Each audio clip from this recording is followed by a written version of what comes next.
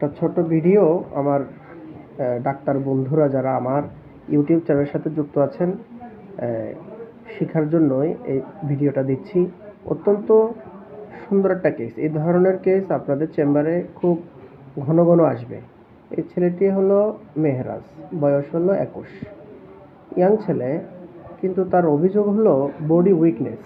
হ্যাঁ, body weakness, শরীরে দুর্বল লাগে, অনেক বেশি দুর্বল লাগে, কাজ কামে সে শক্তি পায় না।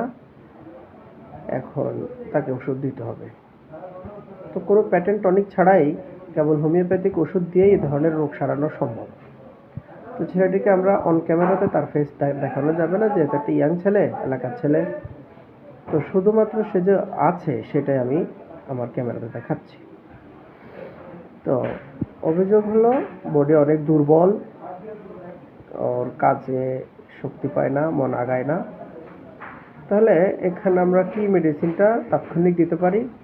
আমি আমার চয়েস মোতাবেক দিয়েছি সিঙ্কোনা বা চায়না।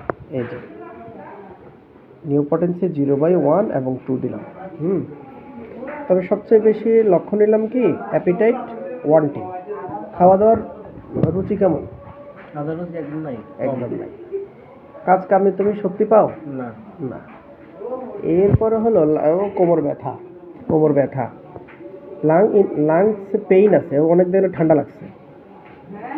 আচ্ছা, শুধু শুয়ে থাকতে মন চায়। হ্যাঁ, ডিজায়ার ফর লাইং বা প্রেফার্স লাইং ডাউন, সবসময় শুধু শুয়ে থাকতে মন চায়। এই যে লক্ষণগুলো কভার করে সিঙ্কোনা। অতএব তাৎক্ষণিকভাবে তাকে সিঙ্কোনা দিলেই খুব ঘন ঘন 3 টাইমস দিছি ইন এ ডে, অতি দ্রুতই সে সারিয়ে উঠবে। কোনো প্যাটেন্ট টনিক লাগবে না, খুব সহজেই রোগটা সেরে যাবে। তো এই ধরনের লক্ষণ পেলেই আপনারা যে কোনো রোগীকে অবশ্যই সিঙ্কোনাটা দিয়ে ফেলতে পারবেন। আমি কি বললাম? Appetite wanting, aversion to work এবং ডিজায়ার ফর লাইং অথবা প্রেফার্স লাইং ডাউন, এই 3টা মেডিসিন, এই লক্ষণ নিলেই আপনি এই সিঙ্কোনাটা চয়েস করতে পারবেন। Thank you.